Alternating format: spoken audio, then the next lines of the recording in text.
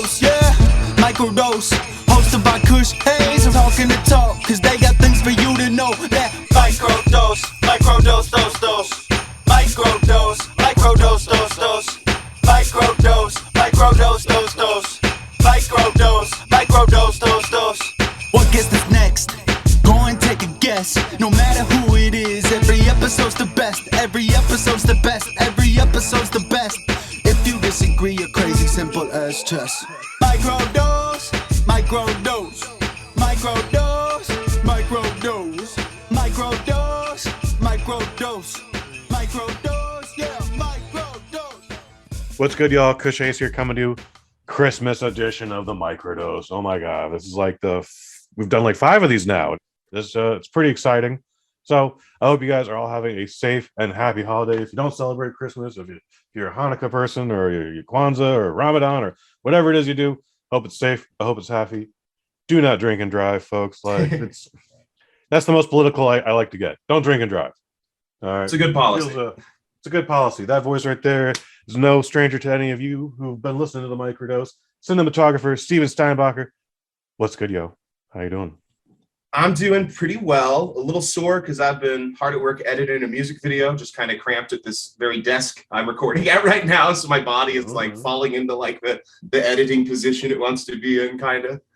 So you were rocking too hard, you're saying? Yes, I would say so, yeah. Mixing shakes too hard at work and getting home and rocking too hard on the edit, yeah. Steve, I brought you in to talk about your top 3 movies of the year. We had Drew Angelman on last week, and we brought up some titles like Vengeance, Barbarian, and then The Northman. I got a couple more that I want to get out there. These are movies that I've exclusively given 5 stars to.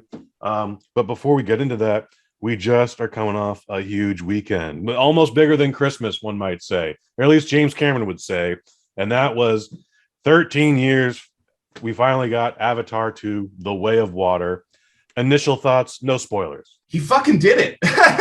He did it again. Okay. He did it bigger and better, I would say. And I was maybe a little hesitant to say that going into it like the first time, because that first movie, I think watching it in the context of a theater in 3D is just still like an unparalleled, awesome experience. I've been lucky in that I've only ever watched it in theaters in 3D. I don't think I would want to watch it at home. Like I get why like sitting at home, like the story isn't engaging.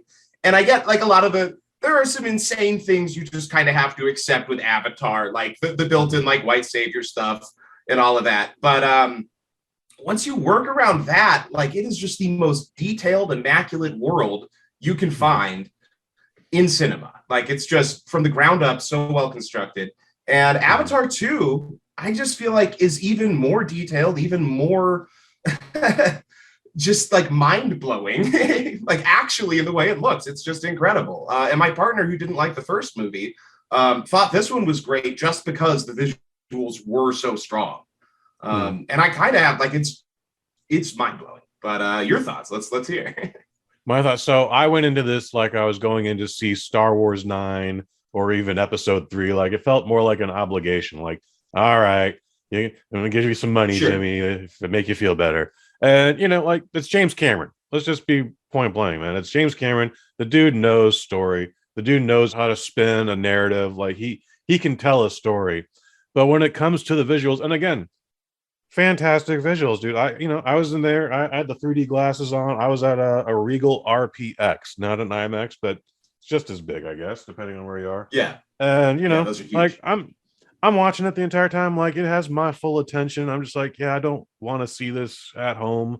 But having said that, one, does this movie need to be that crystal clear? Would this not have been an equally entertaining film in 2015 with 2015 special effects? And before you answer that, also, while it is a beautiful movie, like I kept thinking like, so is the screensaver on my 4K TV, and I can stare at that for 3 hours too. Honestly, sure. Like it looks like an Xbox One game, and that's not trying to put it down, but I'm just like, well, I mean, again, I feel like this could have been told 2015, 2013 even, and had the same amount of success. If we're just talking success, like the amount of money it would have made, I don't disagree at all. maybe even critical success. But if we're talking technology, the stuff they're doing with water in this movie, I have just never seen in a film before. By the third, like I am as picky as they come with special effects, like bad compositing, like when you can tell it's a green screen and the person doesn't match in a scene, it ruins basically every Marvel movie for me. The third act of this film, the water carnage is so well like built into these occasionally practical sets, mostly digital, like, but with real water in these environments, it is impossible to discern what is real and what's not outside of like one of the characters is a human. And I don't think I've ever seen anything like that in a film before, like to that extent. But did it need to be to that extent? Like maybe not. I don't know. The movie doesn't need to be 3.5 hours. It doesn't need to be it does not. Any of what it is. It is the most indulgent, insane experience you can go to get at a movie. And I think you should see it in the most gimmicky format you can.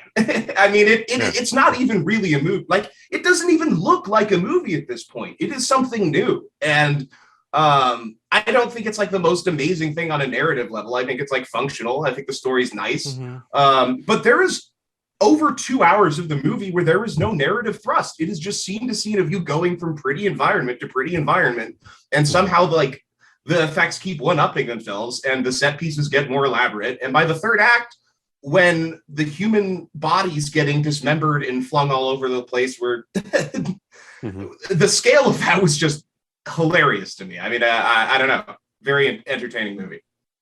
Yeah, the runtime did not affect me, and that's always a big critique whenever I review a film. Just like it should have been 10 minutes shorter. It should have been 20 minutes shorter. In the case of The Batman, should have been an hour shorter. Sure. Like, but I didn't have that problem here. Like we didn't get to the third hour and go like, oh my god, why is this like? I understood like it was still leading to something, and I was along for the ride. I don't know if this is a spoiler or not, but lots of shades of Titanic in this. For real, yeah. I mean, that's part of what I like about the movie is it's him doing what he is the best at on the biggest scale anyone's ever made a movie before. Like, James Cameron isn't even really one of my favorite filmmakers. Like, I watch his movies when they come out and I usually don't go back to them. But just seeing him in his zone with this much money to play with, I don't know. I had a great time. I don't even know how to rate it because it's like not even like a movie to me. It's something totally new and gimmicky and crazy. And I think people should go see it. I get why it wouldn't be for someone, but I don't know. I'm going to go see it at least 2 more times, probably. It's just 2 more times. Goodness. But yeah, I've seen it twice already, and it is the Monday after it's been recorded. Shit. Yeah, I think I'm going to just stay one and done on this one. I'm giving it a 4 out of 5. Like I can still give it a fair review, but it's that's maybe fair, I'm nitpicking. There's a lot of quality in this movie, but also I'm just like, hey, man, like I don't need the 24 karat gold layered cake. Okay, just give me some ice cream and I'll be fine. And I guess that for me, the fact that it is the 24 karat gold layered cake, I just don't feel like we get that anymore, ever. And did you see it in high frame rate? Yes, 48 frames per second. But because you brought that up, Ang Lee and Will Smith had a movie in 2018 called Gemini Man that ran at 60 frames per second. Yeah. And no one made it. It was actually shot at 120. Wow. It's just the thing with Gemini Man. I would love to see Gemini Man in 120 frames per second, high frame rate 3D. I don't think it ever played in Denver higher than 24. And so it's just like, I was living in the mountains at that point. I was going to drive 2 hours, 3 hours to go see it, depending on the weather. Yeah, because it's Gemini. But some people love that movie. And it's one of those movies I'm not going to watch until I get that specific experience that might never come. So I guess the thing with this is it's just most theaters, like not all theaters, like I know the Alamo I work out isn't showing it in high frame rate, but a lot of like chain theaters are just straight up showing it in high frame rate. Whether the projectors seem to be able to fully handle it or not, because some people seem to think it looks terrible. I saw it in IMAX Laser 3D and Dolby Vision 3D, which are both like about the clearest ways you can go see a movie. Both were high frame rate, and I thought it looked a little weird on the IMAX showing. But when I saw it on the Dolby screen, because that is such a new projector, it looked flawless. It looked clearer than anything I'd ever seen. Really, I only think it's really necessary for the water stuff, because the bit rate is so high, and the water is one of the hardest things to get looking perfect with like a digital file.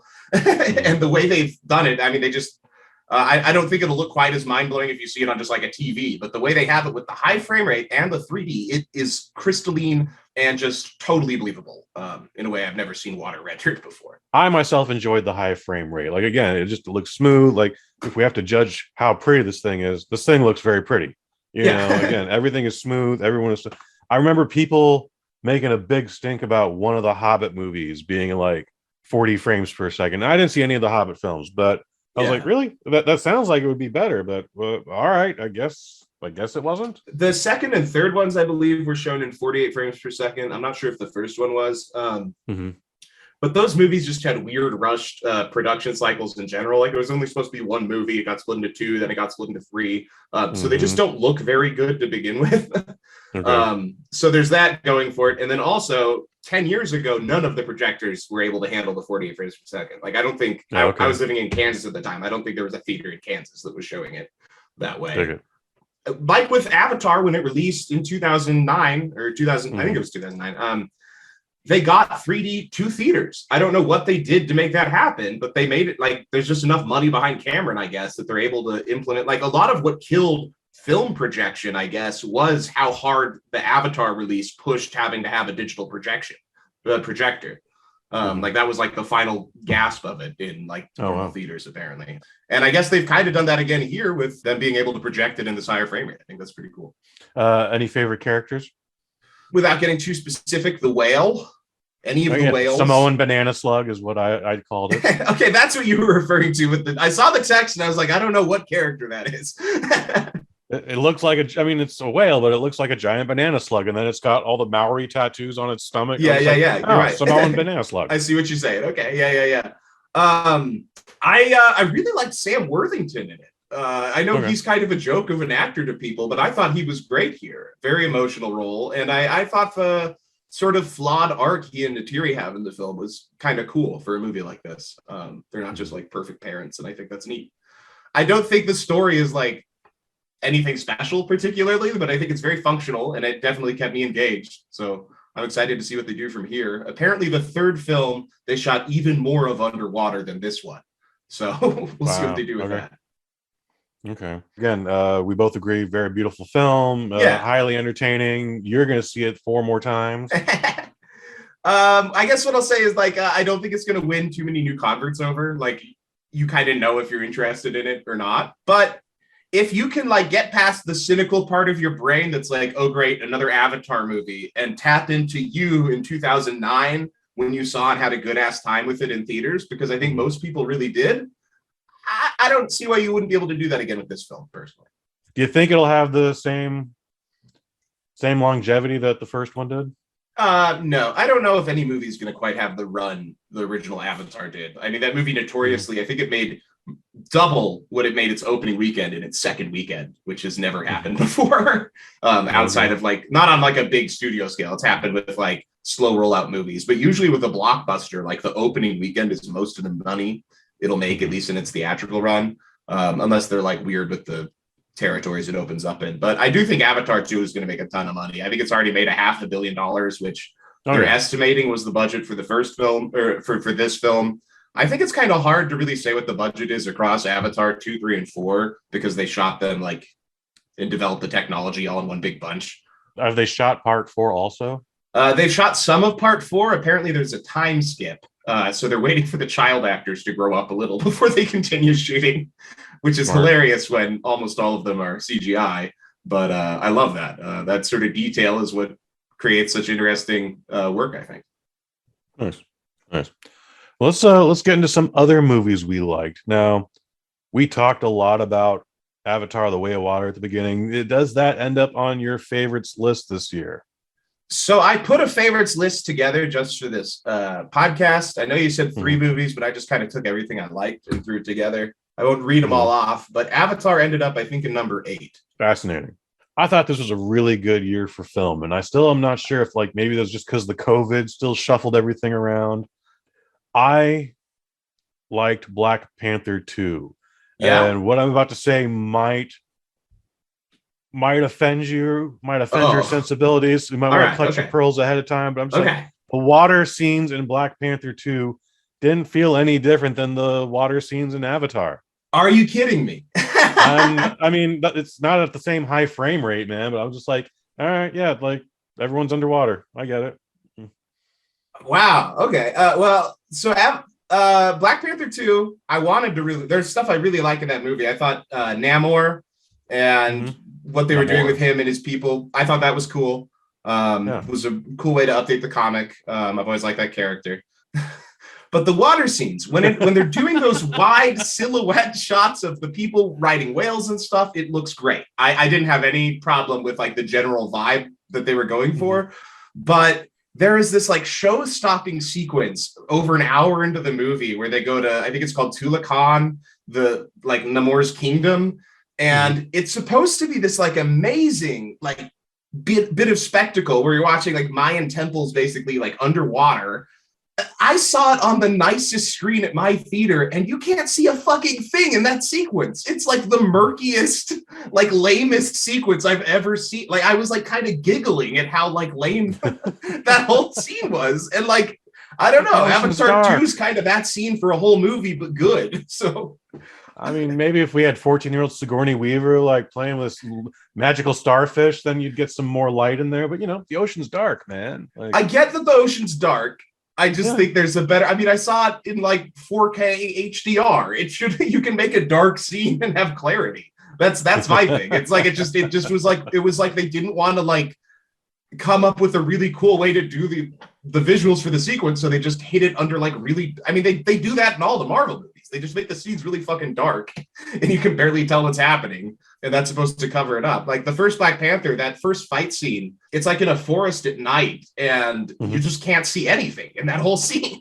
Yeah, man, that's like any old comic book movie trope. Like, oh, it's all dark and mysterious. Like, who is this person? Like, yeah, man, that's the point of that scene. But anyway, so I gave Black Panther to Wakanda Forever a 5 out of 5. But It sounds like Steven Steinbacher is given Black Panther Wakanda Forever. He can only do Wakanda Monday, Wednesday, Friday. That's a good bit. I love that. Yeah, regardless of what one may feel about comic book movies in general, I thought it was the best Marvel movie this year. We got 3 of them. Which what else was there? Never used to be a thing. We had Doctor Strange 2, and then we also had Thor 4. Oh God, Thor 4 sucked. I'm sorry to say. The fist pumping like third act where like the classic rock is playing and you're supposed to be happy as like a child slave army getting superpowers to join Thor. Steven Steinbacher, what's one of your favorite movies this year? Well, my number 1 movie we've already discussed, which is Crimes of the Future, but we had a whole episode basically talking about that. That's number 1. Wow. Yeah, I fucking love that movie. So I don't think we've talked about this film yet. Let's get into Nope. Nope. Okay. I still have not seen Nope. Nope is that one movie that comes out like in this weird weekend of July that I'm busy consistently every year and can't get to the movies. And I don't know why I just can't go the following Wednesday or a week from Saturday. But if I don't see the movie in the theater that weekend, it ain't happening. Like I still haven't seen Once Upon a Time in Hollywood. Oh wow. And I know the Microdose fans have been hearing me say that for like the last 3 weeks, but or at least every time Nope has come up. So I haven't seen Nope. I've seen all the spoilers. I'm very familiar with what it is. Why did you like Nope? Because that also came up with Drew Angelman last week. Did he like it? He loved it. Good. Okay, so Nope I saw 4 times in theaters, which I think makes it my most watched movie this year. Mostly because it was like, I just think it's really fun, and it was in theaters so long, I kept taking friends to go see it. Like, I didn't want to go see anything else. I was like, let's just go see Nope. I want to hear what you think of Nope. Well, first of all, that movie looks better than just about anything else that came out this year, other than Avatar 2, which is all CGI, so I'm not going to look at it quite the same way as Nope. Nope has reinvented Western aesthetics better than any movie from the past 10 years or so, I think. Like probably since that Jesse James movie. So it's shot on 65 millimeter IMAX film, right? Which obviously gorgeous. It's shot by Nolan's cinematographer, Hoyt van Hoytema, which I'm probably saying his name horribly wrong, but he is a master at his craft. And a lot of the movie takes place at night. And in order to do these crazy sequences, which are shot in IMAX wides at night, they shot it on a 3D stereoscopic rig that was developed for Avatar. But one of the cameras was a 65 millimeter IMAX camera shooting on film. And the other one was a 65 millimeter digital camera. I think it was like a red or something, and it was shooting in infrared. So they had these two IMAX cameras side by side, and one of them is giving them just the infrared image so that they're able to combine the images in post and create perfect day for night on a scale nobody's ever done before. Like the movie had a $60 million budget, and you can tell they spent almost all of the budget just on developing that look. And the movie just looks incredible. I get why if someone saw it at home on TV, it might not like seem quite as cool, but like in IMAX, that movie is a fucking experience. Like it looks better than just about anything that's come out in quite a while. But other than that, it has some of the most beautifully realized and just fun to be with characters I've seen in a movie in a very long time. Keke Palmer and Daniel Kaluuya are just totally believable in these roles. They feel like they've known each other their whole lives, and they're just like fun people to be around. They're not perfect people. They have flaws. They feel real, but they're like, it's like watching an old school Spielberg protagonist where it's like, this just feels like a real guy. You want to see how they interact with the things going on in this movie. Each character has their own special skills that seem useless in the real world, but when they come across this specific phenomena, they find a way to do something incredible. And that's kind of what every character in the movie is. There's like a dorky IT guy who's like that. And then my favorite character is there's a cinematographer who I think might just be like a stand-in role for Hoyt van Hoytema. And he's played by the bad guy from The Crow. I can't think of his, Michael Wincott. Do you know who that is? Yes. He's also in Alien Resurrection. Alien Resurrection, also the bad guy in Alien Resurrection. Right. He has this awesome deep voice. He plays this like basically suicidal cinematographer who wants to capture this alien at like amazing footage of this alien under any like circumstances. And he doesn't get a ton of screen time, but what he does with this role is one of the most like memorable and just awesome things I've ever seen in a film. Just a great time. It's a long movie, but the way the story develops is really interesting. There's this whole subplot with a monkey that is nuts. I just think it's a really great film. And it's like, it feels like a movie that could have been made 25 years ago. And do you know how rare that is to get like a movie that it's like, even the CGI in it kind of looks like 90s CGI. It's not like the most convincing thing to your eye, but the way it's used, it feels like they used to use CGI to create an effect you could never capture in another way. If you get what I'm saying. I would love to hear your thoughts on it. I hope you get to check it out. I'm going to take us all the way to the top of the year because, again, Steven Steinbacher, I think this was a very strong year for films. And Jackass Forever. Yes. Maybe you debate that as a movie or not, but I have not laughed that hard in a movie theater since The Naked Gun, the first Naked Gun, when it came out in 1989. My ribs were hurting the entire time. I still think about the Silence of the Lambs sketch. That is the most demented thing that has ever played in a theater, I'm pretty sure. It is amazing. It was amazing. It was one of those things where you're like, oh my God, I'm so glad I went out tonight. Like, I've seen all the Jackass movies. This is the only one I've seen in the theater. So even when I went into it, I was like, we're gonna have a good laugh tonight. A much well-deserved laugh. And then it like exceeded expectations. I'm really happy to put Jackass 4 on this list of best movies of 2022. I am so glad that you just named that as like your like number 2 or 3 movie of the year, because it's definitely on my list. It's lower down just because it's like Jackass sort of is like its own. It's like Avatar, where it's like Jackass is an experience. It's not a movie. It's an experience. But what I have to ask, because I agree, it's wonderful. It might be their strongest outing. I don't know. They're all great. 2 is especially just nuts. Did you see 4.5, the Netflix film? Yes, because I did all the outtakes. Yeah. They talk a little bit more to danger. Even meaner than Jackass Forever. Some of the bits in that were so fucking disgusting and cruel. But my favorite was Steve-O testing. Steve-O was trying to launch this brand of condoms, and he decided to test like this condom challenge people do where they fill condoms up with like water and then they drop them on their head and they like distort all over their face. And so Steve-O was like, I'm going to test my brand of condoms out with the sewage from my RV where I record my podcasts in. Oh my God. I'm so glad I forgot about that. He tested like 20 condoms and every single one popped on his head. Even with like not that much liquid in it. So he ended up not releasing the condoms to be sold. But it's like, imagine being the child born because of Steve-O's shitty brand. Like your dad was so dumb he bought a Steve-O condom. Well, my dad had to choose between a condom from Mexico and a condom from Steve-O, and Steve-O's was just cheaper. Like, yeah.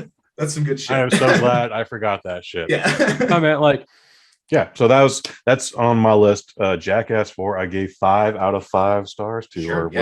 whatever you want to put it. I referred to it as a religious movie-going experience in my review. So, yeah, I'm with you. I felt high leaving it. Yeah. Like, you know, like you felt. I was uplifted. high at the like, movie, but yeah. but different. Like you felt uplifted. You're like, yeah, like calling it a religious experience. That's not inaccurate. For sure. Yeah. And I saw it like an early. I went to it twice, I think, and I went the first time was an early like AMC stub screening or something that was just packed, like insanely packed. And yeah, that was just awesome. I went to it opening night at the Regal, so no sneak previews other than the Thursday screening, and packed house also.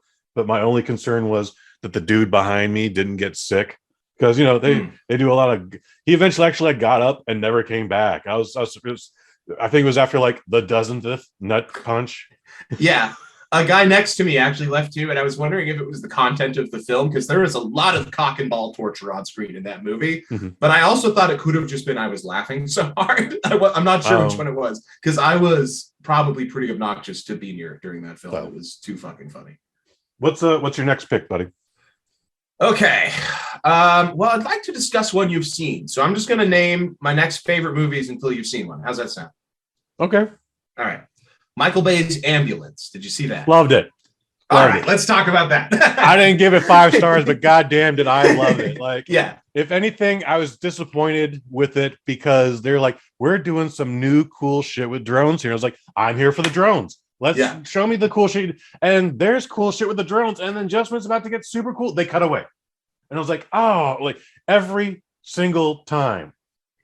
Well, he doesn't use the drones like a gimmick, right? They're just there to add to the freneticism, like the crazy frenetic energy of everything that's happening.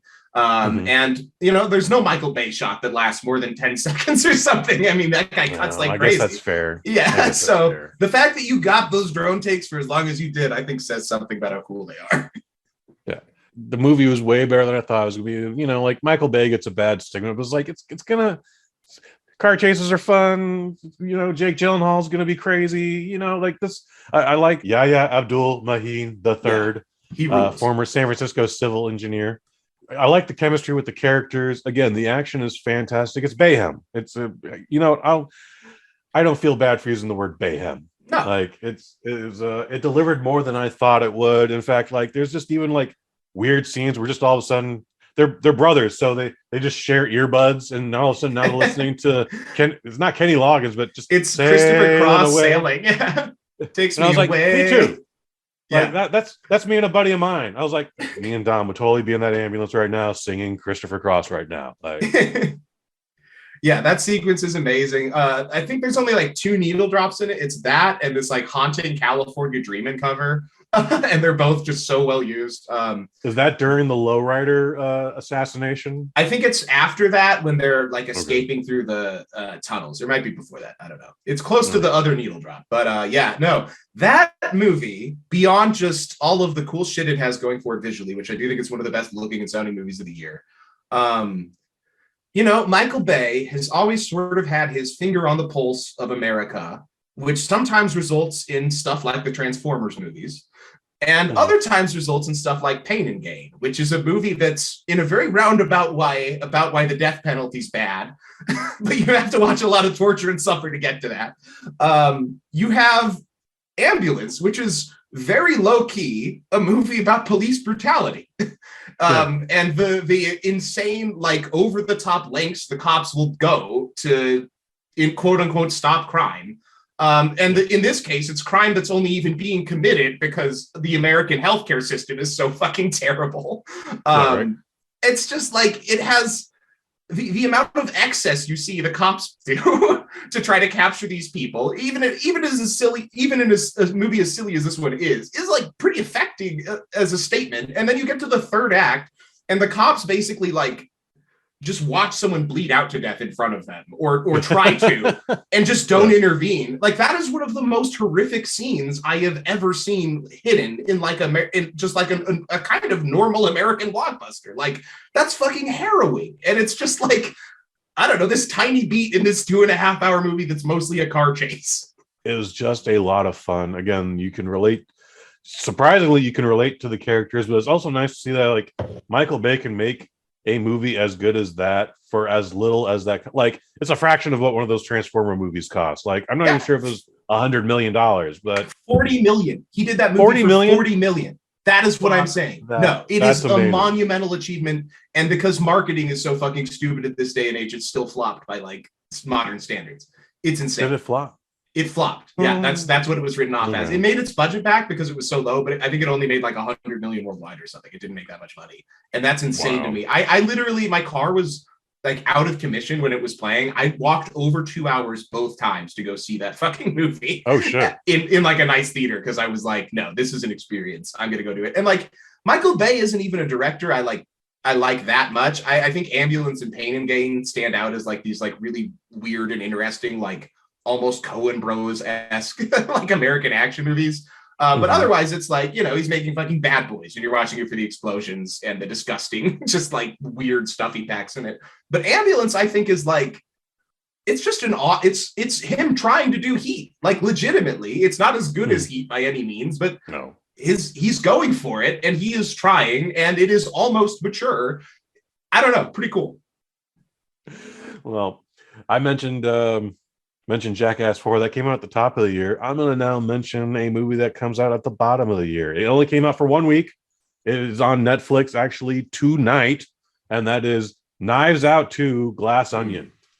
Dude, I only kind of liked the first Knives Out. Like, it was, I thought it was predictable.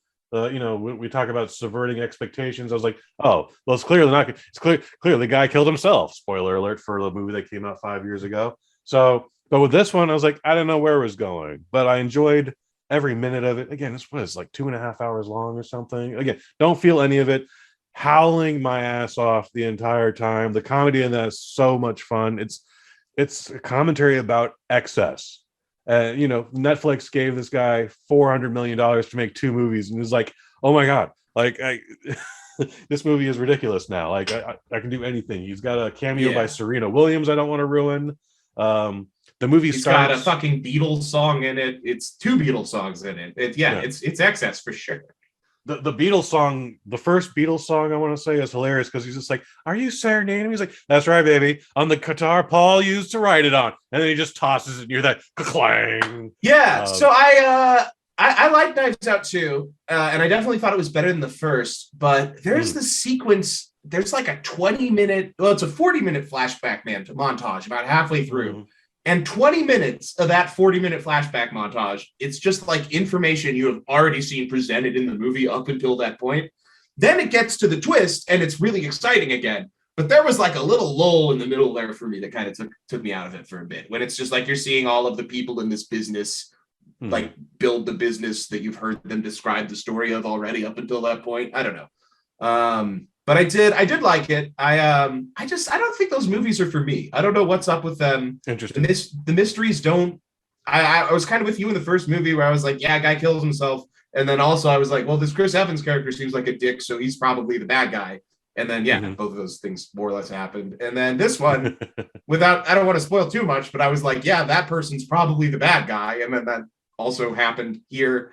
And so I think the thing with these movies is, the twist isn't supposed to be what's exciting. It's supposed to be the journey to the twist and how he surprises you on the journey.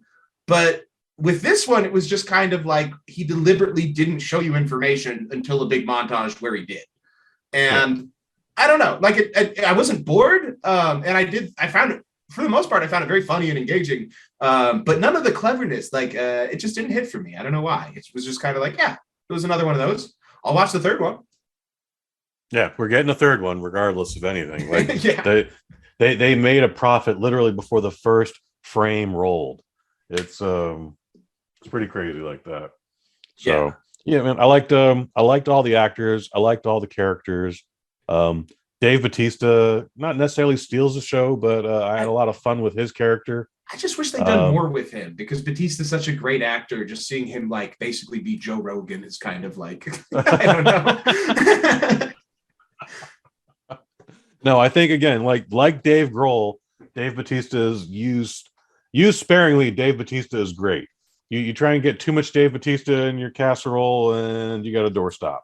You know? When have you ever seen too much Dave Batista? Have you ever watched a movie and you're like, Batista's dragging this down? Because I don't think I've ever felt that. I think he's like A+. Some of his earlier straight to video. Oh, okay, sure, maybe then. Yeah. I guess post Guardians is sort of a different career. Post Guardians, they figure out what to do with him. It's like, okay, we just use him like 5 minutes at a time, and it's cool. Yeah, man. What is your number one movie? All right. So, other than the ones we've talked about already, did you see RRR? Fuck yeah, man! Like, I slept on RRR for like a long time. Like, it was one of those things. Like, it was in the theaters. It was right down the street from me. People have been word of mouth was very positive the entire time. It was like, theme of tonight's show. That's like 3 hours long, man. Do I want to sit through that? Like, and I'm not a guy who has a problem reading subtitles. I read subtitles when there aren't subtitles. You know, that's how I roll on my TV here. But I finally just broke. Normally something will be too hyped for me and I will just avoid it as much as I can. But I was like, I gotta see what RRR is all about. And dude, did not disappoint. Yeah, it's incredible. One of the funniest, most heart-wrenching, heartwarming ever experienced, coolest action. The third act, the piggyback ride. Are you fucking kidding me? Yeah. No, that movie is just like what we were saying about the other movies. It's an experience, but this one is also just an honest to God, really fucking great movie. It's got an awesome script, really cool characters. It tells a really progressive, cool story about fucking revolution. And just delivers on it. It's a good musical. It's got great dance numbers. Some fascinating dance numbers, yeah. Yeah, I loved every second of that 3 hour joyride.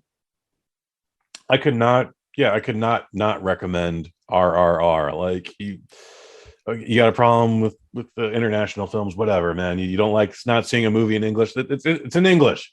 If you like action movies, if you like romance, like this is that movie, dude. Like, it's just it's Indian Top Gun, like through and through. Okay. Yeah, I'll get with that. Yeah, Indian Top Gun. Yeah, I subscribe to that. But the action scenes, man, like they're something different. Like, they're even different from like what you might be used to out of Hong Kong or the Raid nowadays. That style of the John Wick films. It's doing something different. I understand that actually they have like a think tank. The guy who produced this movie has a think tank where all they're doing is thinking up crazy action scenes and then writing a movie around that. That's awesome.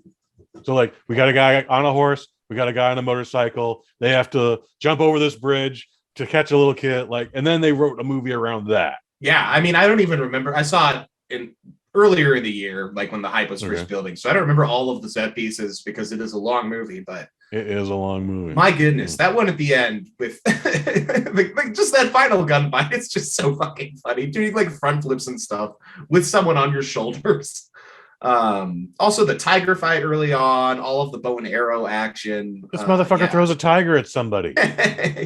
Yeah. RRR, folks, don't sleep on RRR. Again, you know what? We live in a day where you don't actually have to like sit through the whole thing in one segment. You can actually just watch it an hour at a time. You do it all the time with your Netflix binging. Even in theaters, it had an intermission. So like, did it? You could totally watch it in 2 breaks. Yeah. Fascinating.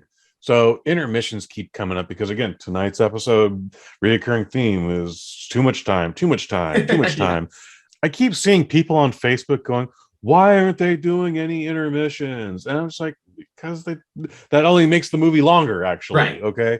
What I will say for Avatar is that movie would not be hurt at all by an intermission. There is nothing going on in the middle of that movie. It's just pretty scenes. Like, they could totally put an intermission in it. I feel like having a couple intermission screenings or something would make sense, I guess. I don't know. I feel like it's something we used to do in the 50s and 60s, and now we don't do it anymore. And, the folks do talk about, like, the movie can't be so long because there's only so many screenings you can have. But, like, also, there's 12 screens at my fucking megaplex. Okay, guess what? They'd be happy to have 9 of them just be Avatar tonight. You know? Yeah. So yeah, dude, RRR. That is a great pick. Again, like 2022, dude, such a strong year. Like what do you think the last time we had a year this strong? Was it 2019? Was it 2017? What was it 1994? When was the last time you think we had a year this strong? 2019 was really good. I remember being happy with a lot of the stuff that came out that year.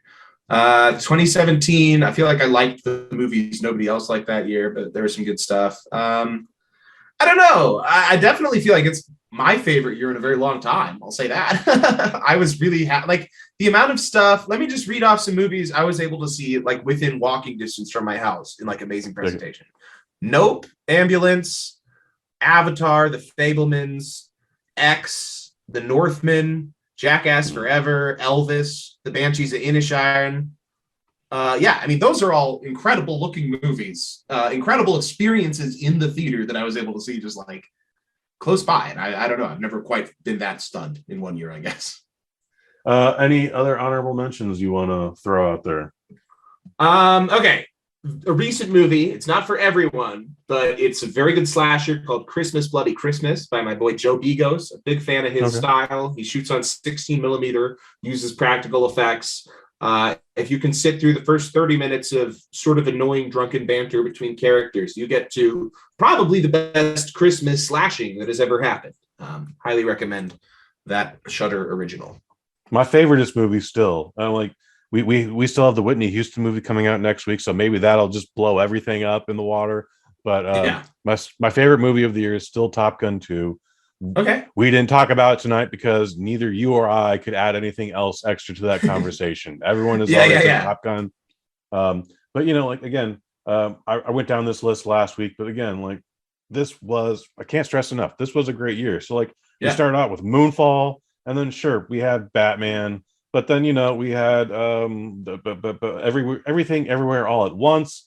You mentioned Ambulance, The fucking Northman, the incredibly massive weight of talent. You know, Top Gun. Didn't like that one. You didn't like the Nick Cage film? No, I love Nick Cage, and I guess I could see a version of that movie I would think was funny, but it just felt kind of lazy, bare bones. Oh, well, I'm disappointed to hear that, but that is your opinion, sir, and you are entitled to it. It's certainly. Elvis was a beautiful movie. Vengeance, I think, is the funniest movie all year long. The Woman King kicked some fucking ass. Like, great action in that. Smile should not. What the fuck? Why is Smile like a good movie? Smile should not have been a good movie, dude. I still need to check that out, but I've heard it's really good. You liked it? Surprisingly, not bad, dude. Like it's just The Ring. It's the Baba Yaga or the Baba Duke. It's that same gimmick, but you know, it was fine. Halloween ends, so I think that might have been the biggest surprise I had. I was like, hilarious. Oh there's a great movie here, and then the last 10 minutes turns into a Halloween film. You're like, oh. But the last 10 minutes, spoiler alert, you see Michael Myers get thrown into a big meat grinder. Who didn't want to see that happen? That's my question. I didn't hate it. I didn't hate that. I didn't hate that part, but I think that one's in number 21 on my list of movies I like for this year, but I quite enjoyed that. One other movie I wanted to ask you about. Did you see Decision to Leave? I don't know what that is. Ooh, okay. So it is the new film by a director I like a lot named Park Chan-wook. He did Old Boy, The Handmaiden, other Vengeance films, Thirst, Stoker. Really great South Korean director. And Decision to Leave is his newest, wildest film in quite some time. It's like a neo-noir, but very focused on technology and romance, and it's like every bit as much a detective story as it is a romance. Kind of reminded me of Basic Instinct, and it's like weird kind of perverted dynamic between these characters, even if it isn't quite as erotic as that film. But highly recommend you check it out. It has a really cool delirious hyper digital style to it, and the editing is really surreal. You're just watching this guy with insomnia like not even notice that his life's falling apart until it's already happened, basically, because of the way it's constructed. Yeah, highly recommend. I don't want to keep you too much longer, but I do want to know, is anything on the horizon 2023 in 2 weeks, Steven Steinbacher? Anything you're looking forward to? There's a new Brandon Cronenberg. I think it's called Infinity Pool. I'm not sure when that drops, but I'll definitely go see that. Otherwise, I don't know. Apparently, the new Scream movie is already coming out next year. I'm not looking forward to that. Yeah, I haven't seen the fifth one either. That's just a weird franchise to try to turn into like yearly installments, in my opinion. Like it kind of works best as this like reflective commentary on like the landscape before. I know they didn't really do that with the first three, but I don't know. Why not follow the template they set with 4? Mm-hmm.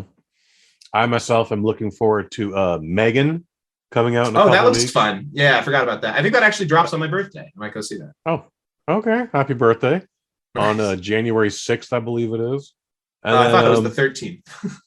It might be the 13th. Maybe they moved it up. Maybe they moved it down. I don't know. Cocaine Bear, the Elizabeth Banks directed film, based on a true story. Ray Liotta's last film. Yeah, it's. Are you familiar with it? Have you seen the trailer? I watched like a little of the trailer on Facebook or something. I'm looking forward to it. I feel like sometimes when a movie with a premise that funny gets too big of a budget, it becomes too much of a gimmick. So we'll just have to see. Like, I didn't go see that Violent Night movie because I was kind of concerned that's what it would be. Like, I don't know. Did you watch Violent that one? Night is surprisingly not bad. Not bad. Okay. I went in there I'll catch it. Yeah, you can catch it next year. You can catch it 3 Christmases from now. Like it's not bad. More John Leguizamo is never a bad thing. And it's not like Bad Santa, but again, the reason people aren't liking it because it's kind of an entertaining story, and it's actually the characters are likable, the ones that you do like. Otherwise, Santa cusses, he drinks, and then he stabs a guy in the head. He stabs multiple people in the head, and that's what people are like. Oh, this is the greatest movie ever. And it's like, no, it's fine, it's entertaining, but don't make it your next Christmas classic. Don't make it next tradition. Steve, I think this is a great place for us to stop. Is there anything you want to promote? Yeah, subscribe to my YouTube channel. I'll have something dropping maybe on the 31st. How about that? Steven Steinbacher. Oh, that's exciting. Yeah. I'm not 100% certain it will be ready to go by then. Well, it's not even that. I'm not certain if other pieces will be ready, but if they are, look forward to that. Well, just check out the YouTube page anyways, whether anything new drops or doesn't. There you go. Folks, I do some stuff around here. Every Wednesday, the best part of Wednesdays, it's the original Waffle Box. You will accept no substitutions. Me and friend of the family, Mike Fish, we talk about everything and nothing all at the same time. We actually had a crossover with the boys from the Not a Strong Start podcast.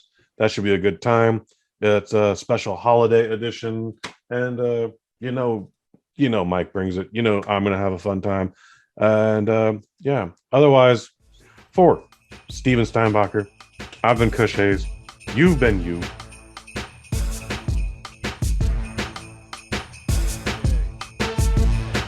Microdose, microdose, microdose, microdose, microdose, microdose, microdose, yeah, microdose.